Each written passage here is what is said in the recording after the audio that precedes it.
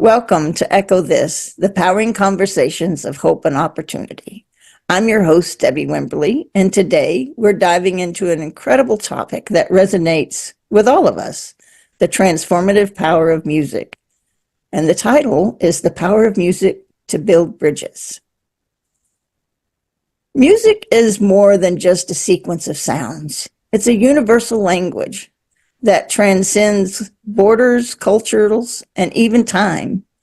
Today, we'll explore how music serves as a catalyst for meaningful dialogue and foster deep connection, helping to address some of the most pressing issues we face.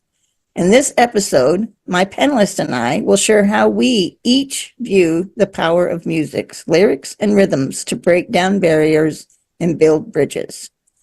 So let's dive into how music unites communities and sparks moments, from the anthems that we have shaped our history to the therapeutic harmonies that mend hearts. We'll explore the profound impact of music on our collective journey towards a brighter future. So first, I would like to ask our panelists to introduce themselves, and I will start with Lisa. Hi, I'm Lisa Jones, a speaker, consultant, and author that leverages the power of humor, gamification, and play as fuel to enhance collaboration, increase engagement, and maximize productivity. Amy, would you introduce yourself, please?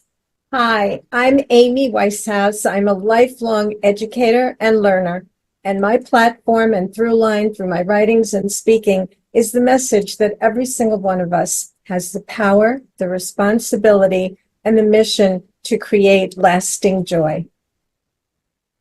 And I'm Debbie Wimberly, a transformational coach, speaker, educator on medical cannabis.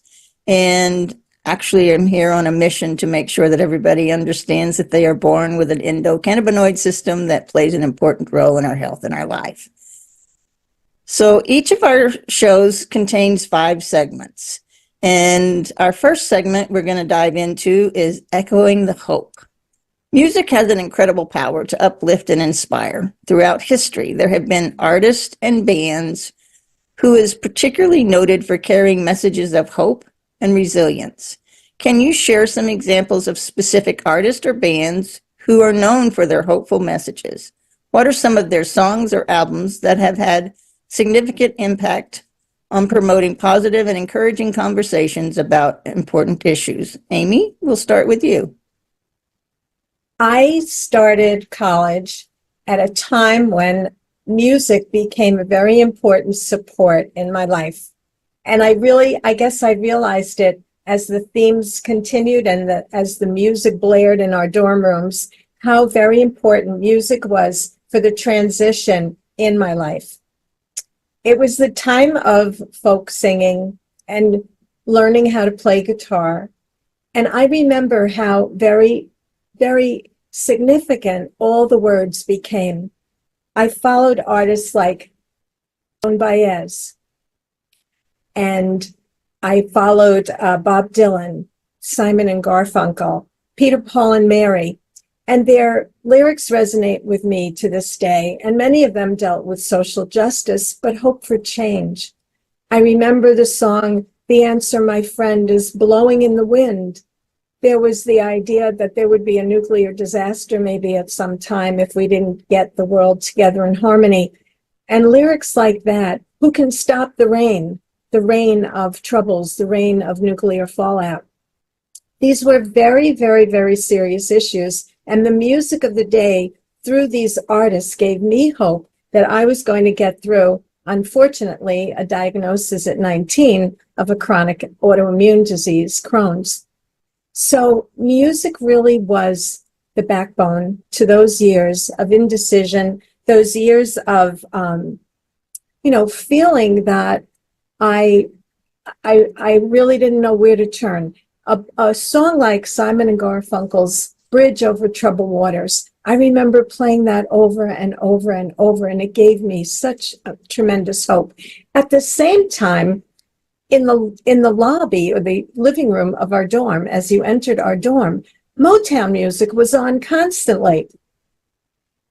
Sugar Pie Honey Bun, and I heard it through the grapevine, and those at the same time, interestingly enough, you had the forces of change and rebellion and hope through the music of the folk singers, and then you had the Motown sound in my dorm.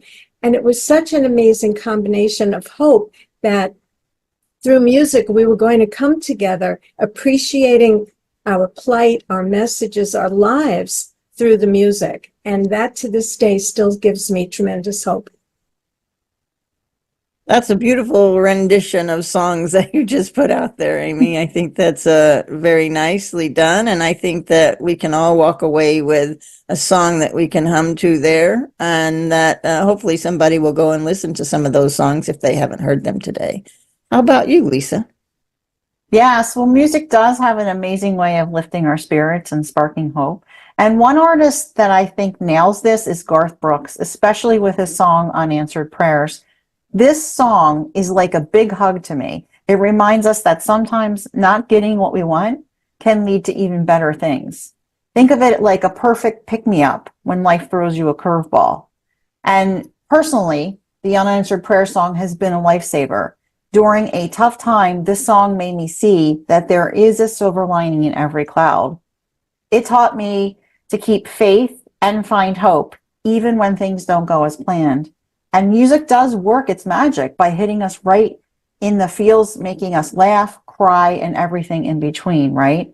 So songs like Garth's really show us that every setback is a setup for something better. It's turning tough times into moments of hope and resilience.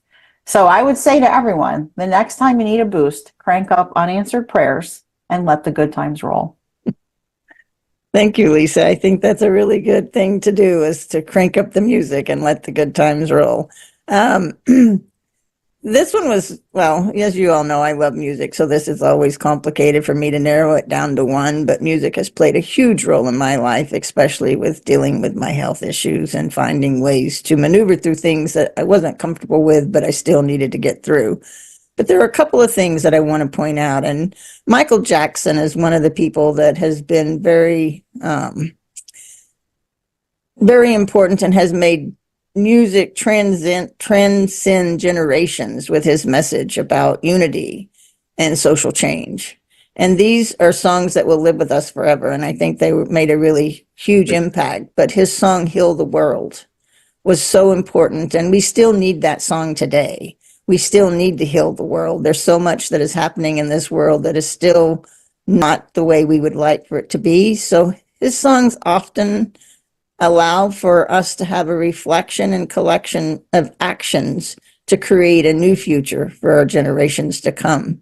But then when I think about Pharrell Williams and his song Happy, you can't help but want to dance when you hear that song and move around. And his song became a global anthem for the positivity of inspiring millions around the world to celebrate and dance. So when I think of music, I can't just put music alone, because it also causes me to move and be active. So that's really important. So, everybody, take the time to create your own playlist of uplifting songs that inspire hope and resilience for you.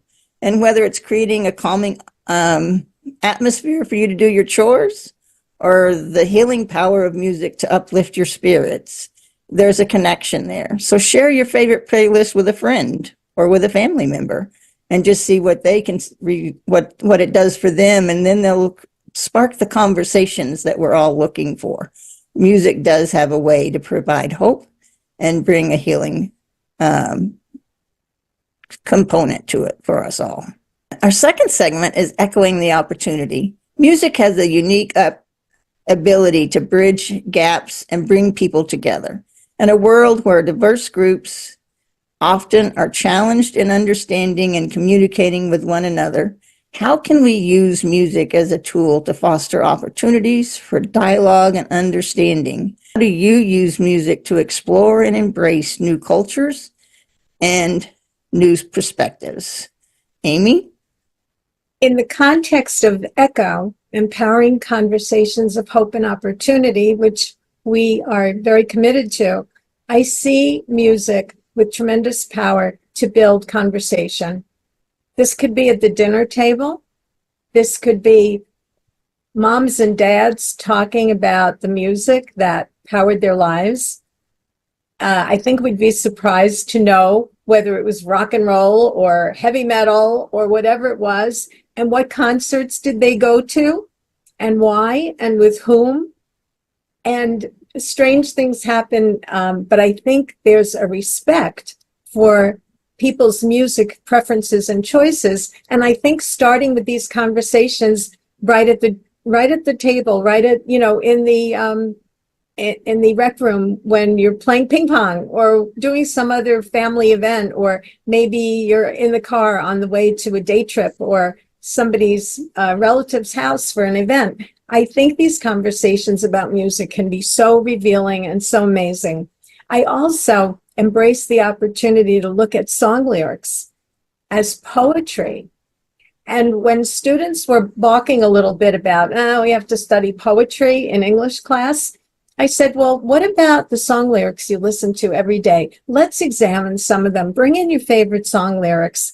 And, they could even play the song to the class and hand out a sheet of paper with the song lyrics there.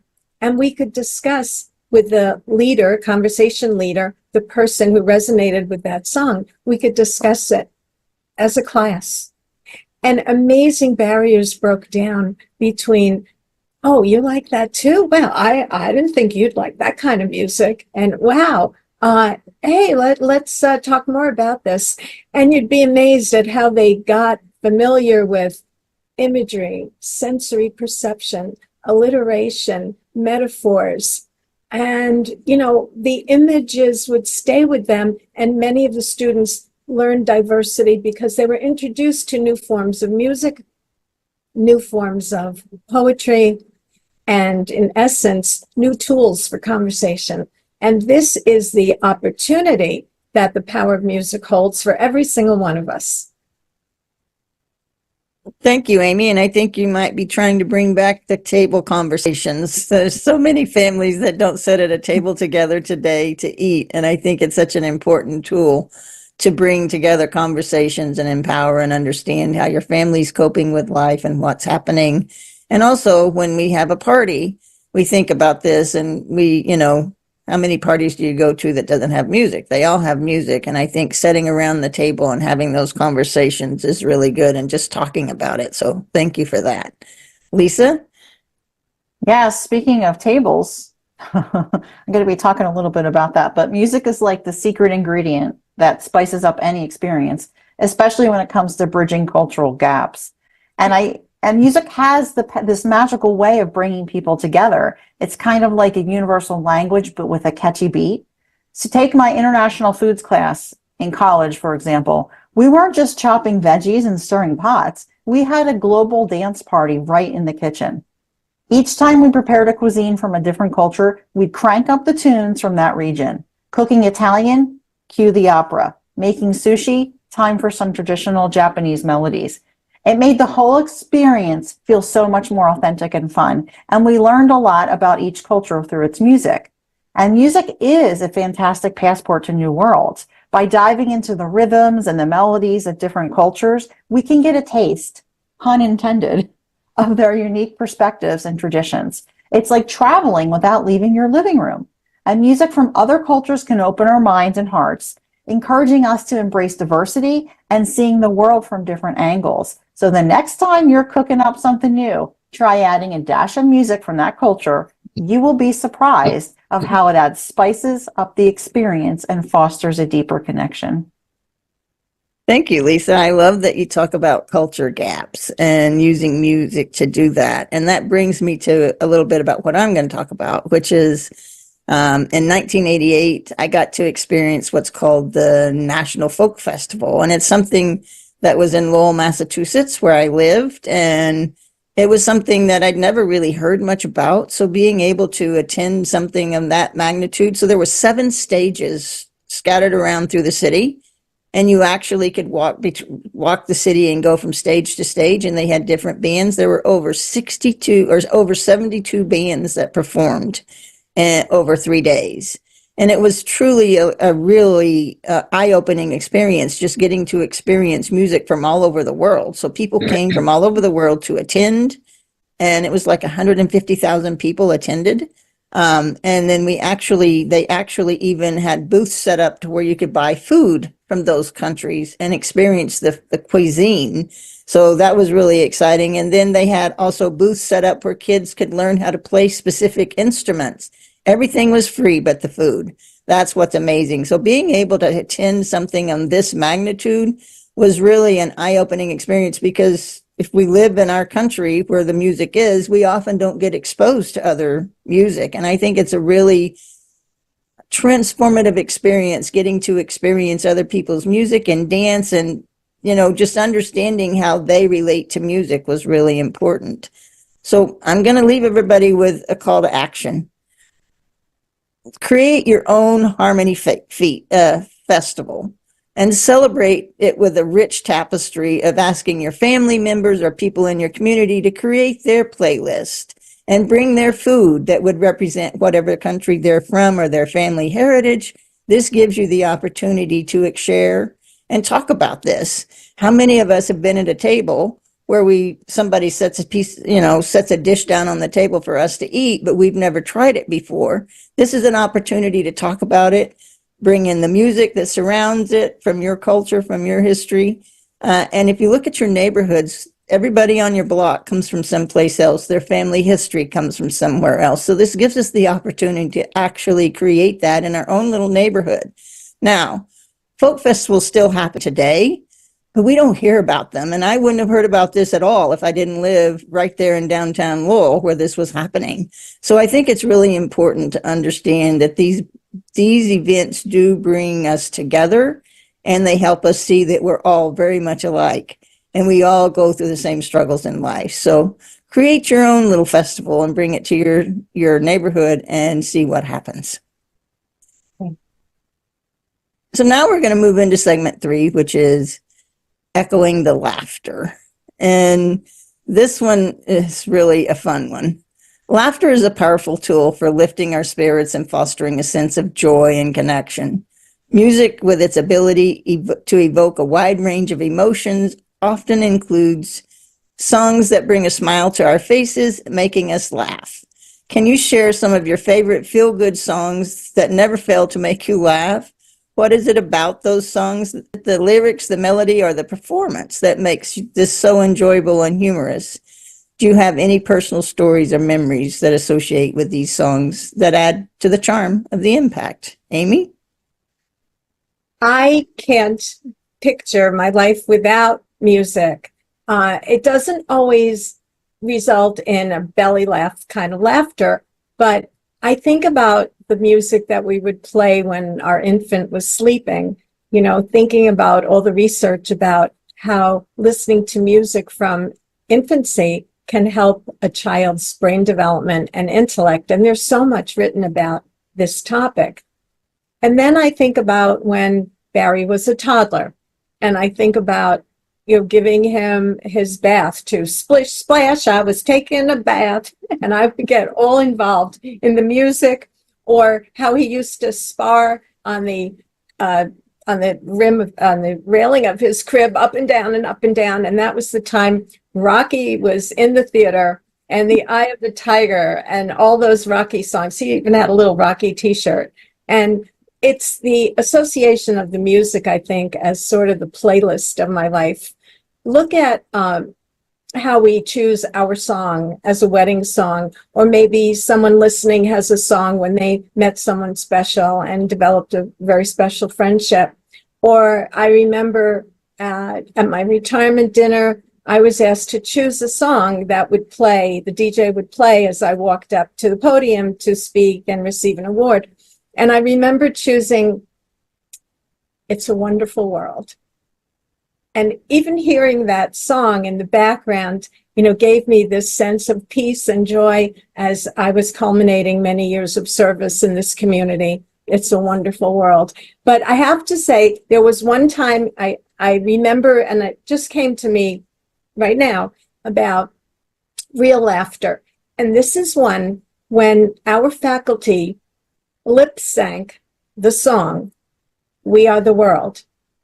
And we raised money for Live Aid. We did this in the school cafeteria, The kids didn't know what we were doing, but each one of the teachers became one of the celebrities in the song. Want to guess who I was? Diana Ross. So I had this long black wig on. I was in a white shirt, a striking, dazzling red belt, and black slacks. I never looked like that in school. I looked more businesslike with my little jacket and, skirt and whatnot. And I remember one of the women was Cyndi Lauper, and she got real crazy painting her hair. And we had Willie Nelson, and one of the men put braids on for that. And Bruce Springsteen was the dean of students. And of course, Tina Turner was the youngest member of the staff, who also happened to be an industrial arts teacher, but she was hot, and she wore the black fishnet stockings. So I'm in my classroom in the morning. The attendance lady goes by like, what? And she does a double take, and she's saying like, who is that in White House's room? Like, who is that? Whoa. And the kids didn't realize it until I opened my mouth and till we lip sync who we were. But I have to tell you, we came together because of music. It had a message. We are the world. It raised money, and it was so much fun. I wish I had the tape of that event. I think of it all the time. So we can create our events. And what about karaoke? Isn't karaoke a wonderful opportunity to create laughter? Especially when you love the people and you know they're so off key, but they're loving what they're doing, and you laugh with them, not at them. So that's my little contribution to the power of laughter and music. And I just think I want to go out right now and listen to these songs, put them on my radio and my cell phone, and I just want to enjoy them again. I forgot to mention before, Peter, Paul, and Mary, If I Had a Hammer. I can't get it out of my mind now. If I had a hammer, I'd hammer out love, freedom, justice all over the world. And how can we not feel good and laugh and find joy when we're brainwashing ourselves with all the right words? Thank you, Amy. I feel like you just handed me a hammer so that we can hammer out and bring joy to the world. So thank you for that. It'll be playing in my head now for the rest of the day. How about you, Lisa? Yeah, I want to see Amy in that outfit. I don't know if you have a photo, but I would love to see that. Here, I have a couple of feel-good songs that never fail to make me laugh, though. And one of them is Michael Jackson's. I know you talked earlier about Michael Jackson, Debbie, but I'm going to bring Michael Jackson back, and I'm bringing back Wanna Be Starting Something.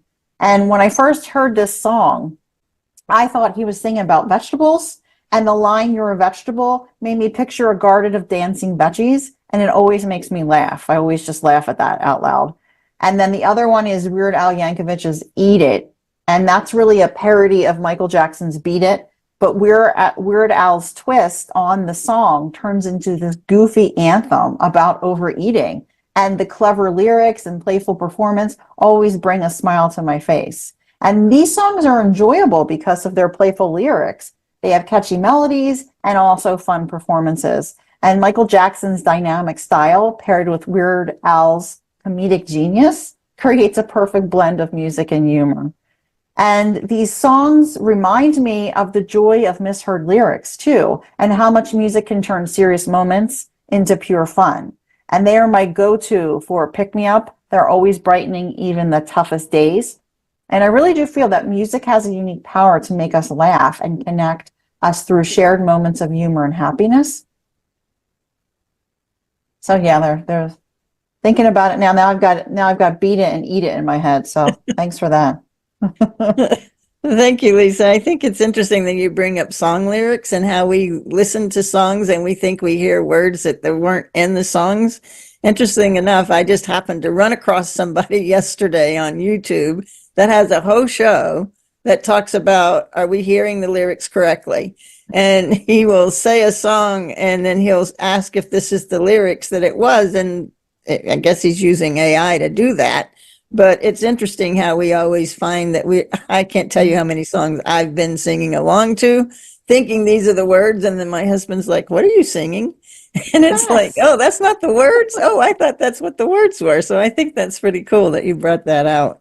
Um, for me, this brings me back to some really earlier times in my life. And one of the songs that I want to talk about is Roger Miller's song, You Can't Skate in a Buffalo Herd. Um, it's like you can't roller skate in a buffalo herd, but you can be happy if you're a mind to. And it brings me back to the days that I used to roller skate. I used to roller skate a lot. And when I would hear this song and they would play this in the skate arena as we're skating. And so now all the kids start skating as fast as they could. And it's like, okay, now we're looking for that buffalo herd, but we're going to be happy because we all have a mind to. So it's really kind of a cool thing to think about how lyrics can transform and make you do things and be happy. So that, putting roller skating together with music was always a fun thing. So yeah, thank you. Now moving on to segment 4, which is echoing the enigma. It's not uncommon for music to contain layers of complexity and intrigue, sometimes featuring puzzles or hidden images or messages. Sometimes they have images on their artwork that add an extra dimension to the listening experience. Can you share some examples of musical puzzles or hidden messages in songs? Amy. Yes, one in particular comes to mind, and it shows a little bit about the dark side of how music can be perceived by some of the listeners and some of the country at certain points in our history. And that which really stands out with me are the words of a song by the quintessential jazz singer, Billie Holiday. And the name of her song was Strange Fruit. And Billie Holiday, some of you may know from recent days, was the subject of a motion picture called The United States versus Billie Holiday. And it was played by Andra Day, who I believe received the Golden Globe for Best Actor for that role. And the background, the history behind Strange Fruit is that it was in essence a protest song. It was a song in the civil rights movement which said, there's something going on very wrong here. And the strange fruit that she alluded to hanging from the trees in the South were the twisted bodies of the people who were lynched. It was a very, very strong anti-racism comment. It was very serious. And she had, because of her talent and because of her excellent skill and uniqueness as a jazz artist, she had a following that was of all races. Unfortunately, she had a bout with substance abuse and was in rehab for a year, but only 10 days after she was released, she was headlining at Carnegie Hall in New York. So music, some of the protest songs that I cited from the folk movement earlier, to very serious statements about what is not deemed humane in our society. All of this is still very much in the forefront of life. So it's interesting that Diana Ross also created the role of Billie Holiday in a movie called Lady Sings the Blues. And now it's reincarnated in the movie that was just current, which is, of course, very worth seeing. So the enigma here is that we have music as a very strong force for good, for empathy, for humanity, to try to figure out what other people are experiencing. And sometimes the only way they can get a voice through that is through their music. And another just little sideline to the enigma portion is when music gets too negative in the minds of people, specifically parents, where we have this phenomenon of, just like in the motion picture rating about the decency of a film, that we saw the movement towards parental advisory labels in music. Interestingly enough, those labels are put on by the artist and by the label company. They're the ones who determine if some of their content in their music is going to be questionable or restricted. And it's an effort a little bit to fend off any regulation from, let's say, a government agency by self-regulating. And I think that's interesting too, because it brings up the question, are we aware of what our children are listening to these days?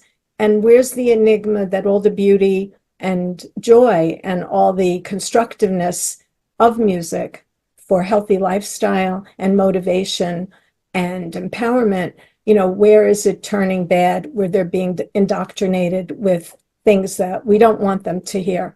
So the enigmas are there, but also the very powerful social force that music plays in very critical times in our lives.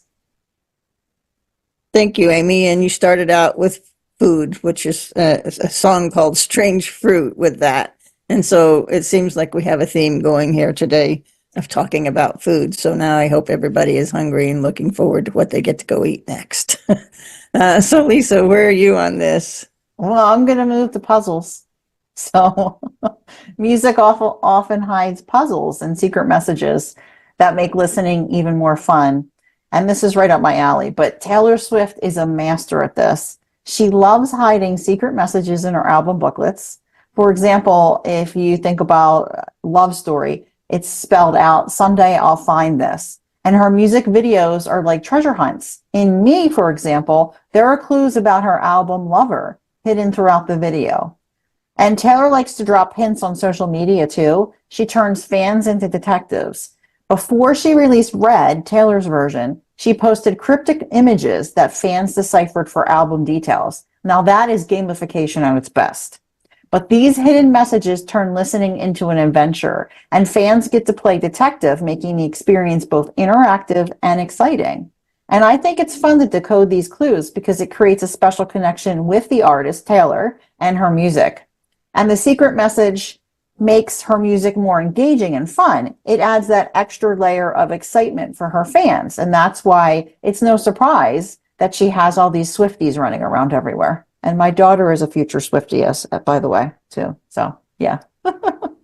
Future Swifties. I think that group is growing by leaps and bounds every day. She is truly amazing in what she's accomplishing. And I do like the way that she has hidden messages. She actually puts out little snippets of things to long before her albums come out to actually encourage you to get involved. And people are always trying to second guess what she's putting out and understand what the little crumbs are leading us to. So thank you for that. Well, I come from an era where people talked about backward messages in their music. And there are a couple of things like even the Beatles song, Strawberry Fields Forever. At the end of the track, John Lennon allegedly says, I buried Paul, which fueled the Paul is dead conspiracy. However, John Lennon claims that he said cranberry sauce. Now, I don't know if that's true or not because I can't hear cranberry sauce in that and finding that version, but that's really funny that it went from I killed Paul to cranberry sauce. And then Led Zeppelin's Stairway to Heaven. Listeners believe that playing certain parts of that song have backward, revealing hidden messages, although the band denies it. And so that's going to bring me back to Styx and them and their song, their whole album called Kilroy Was Here. And this was a musical concept that they put together, kind of sci-fi narrative. And it is a rock music that talks about music being banned. And even in the song itself, it's like backward satanic messages is being spewed. And that's why we're being shut down. So if you haven't ever listened to this or seen this rock, I call it a rock opera. It was done in 1983. It's really interesting to watch just to see and understand what would it be like if we didn't have music. I think that we need to have music. I think music plays a powerful role. So get involved and listen to what your kids are listening to, your grandkids are listening to, and explore new message. Be sure that your kids are listening to music that encourages them and uplifts them and provides empowerment. We all play a role in understanding how music interacts with our kids and how they perceive it. So having these huge conversations about what the meaning of these songs is really important. So take the time and listen to songs and talk about the meaning of them. This is going to take us to our final segment, echoing the transformation. Music has the power to drive significant change and personal transformation. Can you discuss a pivotal moment in music history that led to a substantial cultural or social change? How did this change or impact the society at large? Additionally, how has your relationship with music evolved as you have grown and experienced different phases of your life? Amy. I used this question as a springboard to increase my own knowledge about a genre that I'm really not very familiar with, other than knowing that just sometimes I don't understand it and I sometimes don't like it, and it's hip hop. And I thought to myself, I know some rappers in the South Florida area. I know some people who aspire to be talented rappers. And of late, I started to think to myself, you know, these young people who are rapping are geniuses. Think about all the memorization, all the poetry, all the imagery that goes into a performance, and just the volume of material that they're writing. Much of it is what comes from the gut. Much of it comes from their life of experience. And a lot of it is tragedy, and a lot of it is sorrow. And it comes out in that music. So I don't think, well, probably yes. I mean, our parents, back in the day, Elvis Presley was not allowed to be seen on, filmed on television below the waist because it was too suggestive to see him gyrating all over the screen. So, I mean, we've gone from that to some very suggestive and very powerful imagery and performances. But again, these are mirroring life, which is happening and being lived out in neighborhoods that we may not be familiar with. But these are very important transformations. But I wanted to just share what I learned. I think this is fascinating as far as transforming and, if you will, creating an entire culture. There are actually 4 elements to hip hop, and they are DJing or turntabling, rapping, which is also known as MCing, capital M, capital C, MCing, graffiti painting, and b-boying, which means a hip-hop style of dance, style and attitude with virile body language. And think about how the fashion world has created iconic fashion looks from some of the top designers in the world based on hip-hop clothing. Think about the graffiti, which has been sold as art throughout the world. Now, you may not know this, but hip hop began in Bronx, New York, and became a worldwide movement, and very easily into the around 1984. So it is a place where women also started to move in and transform their place in the music world. People like Queen Latifah and Missy Elliott. And I remember a group of students came to our high school from a New York City inner city community. And I remember our kids were culminating a writing experience where they wrote letters, handwritten letters to one another in 2 different schools, an inner city school and a suburban middle class, predominantly white high school.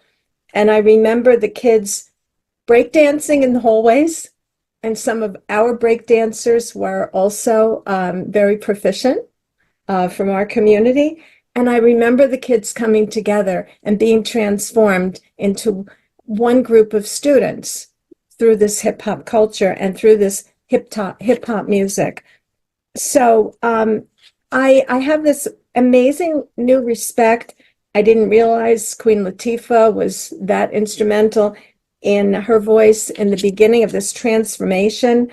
So I listen now to hip hop with a transformative viewpoint of how tremendously universal it has become.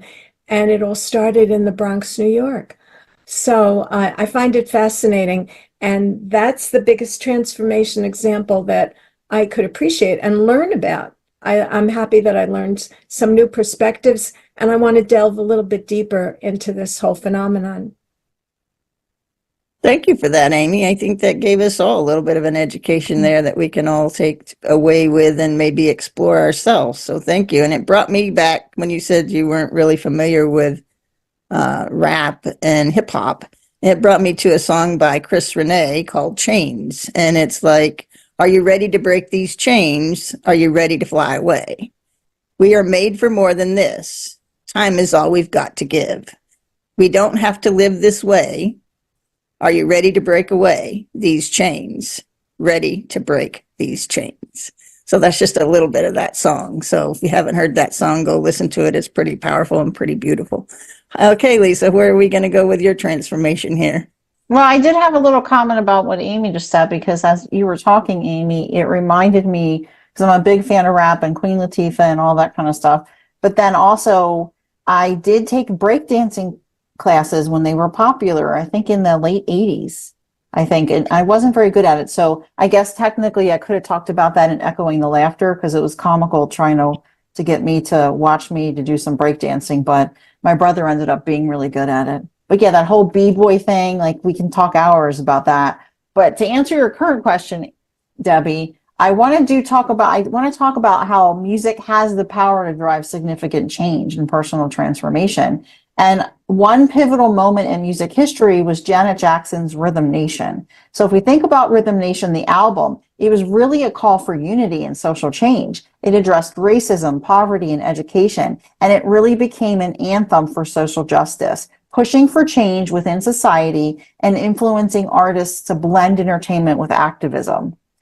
And Rhythm Nation broke barriers. It showed that pop music could tackle serious issues and be commercially successful. And it also inspired many artists to incorporate social messages into their work. So I really think that Janet Jackson was a control agent there, moving artists forwards. And speaking of, I meant to say change agent, because now I'm going to talk, I was thinking of Janet Jackson's Control album, which I want to talk about next, because that whole video and album that she did was so transformative for me. And that's really how I learned to dance.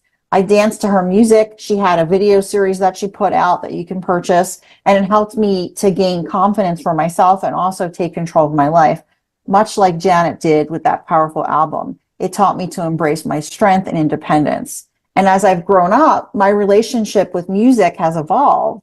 Janet Jackson's empowering music was just a big part of my early journey, and different genres and artists have accompanied me through various stages, helping me to navigate life's experience. But that's just two of her albums that were very pivotal in my early years.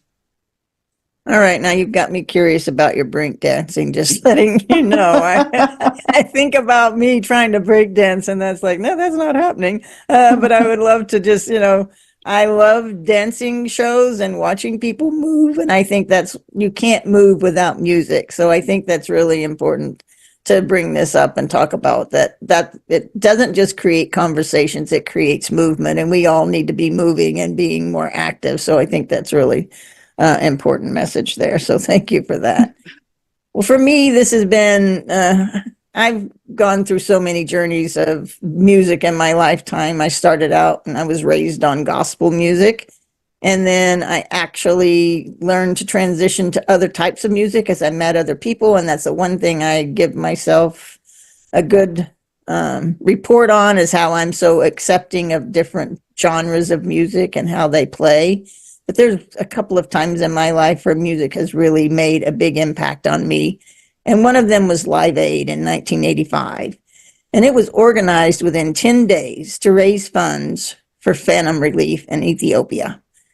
And it was one of the largest scaled musical events that we've ever had, with over 75 bands and acts performing on a stage in London and Philadelphia, and it raised over $125 million in 2 days.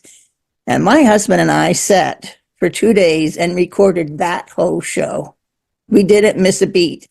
We took turns hitting the record button so that we could capture all of this, because it was so powerful and so impactful. It was transformative for us. And I'm not sure if that's still available on video today, but I think seeing all of those amazing artists come together from every genre and sharing their voice to make sure we make a difference so no one is going hungry in this country. That is the things that we can do with empowering conversations of hope and opportunity. And it can be done through music.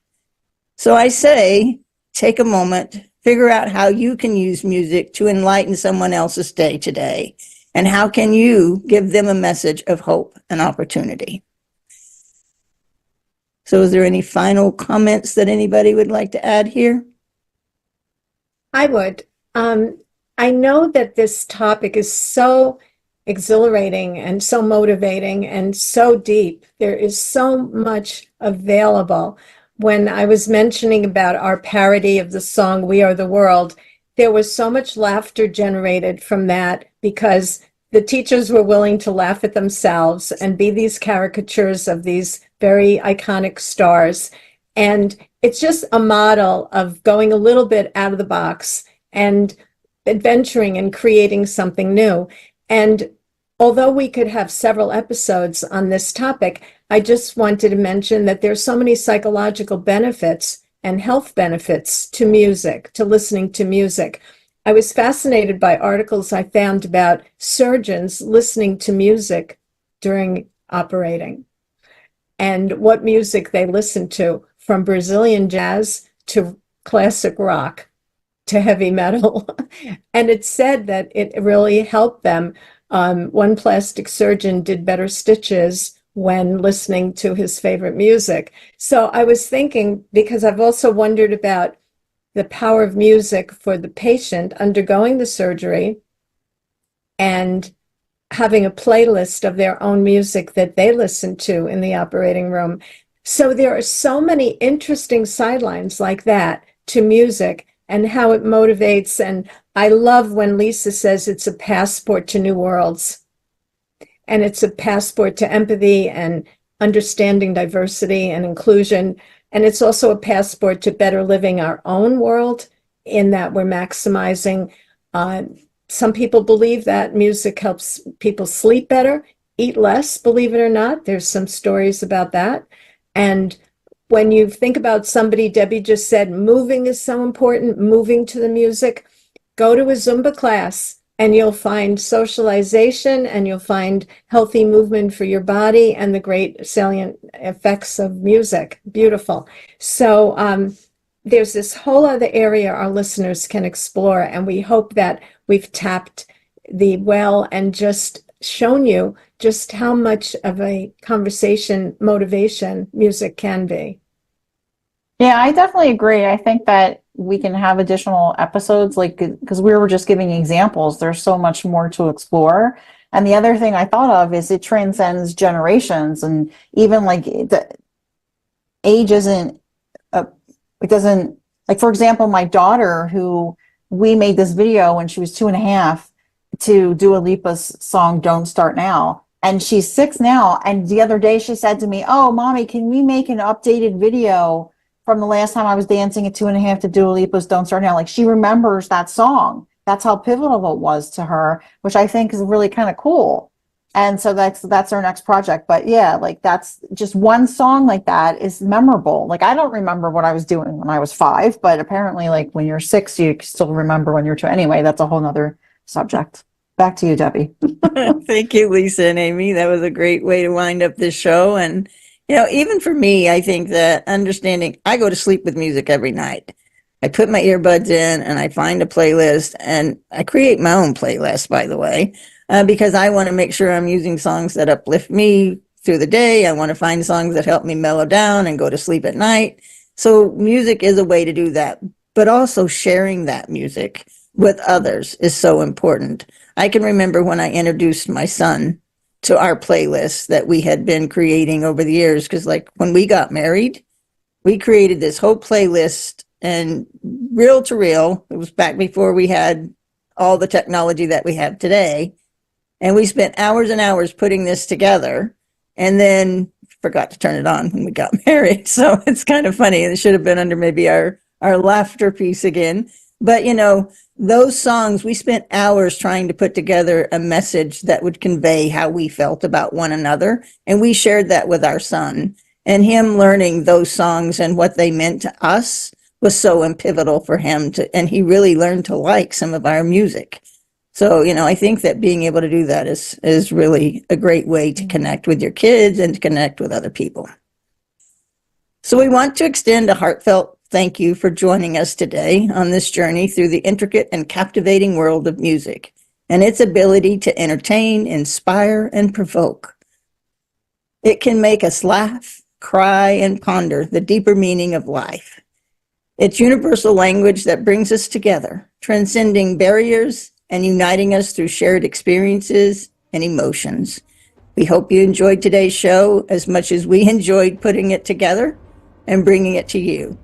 We would like to hear from you and know how music impacts you and how you use it. So you can reach us on LinkedIn at Echo on LinkedIn or Instagram at Echo Together. That's Echo, the number 2, GETHER.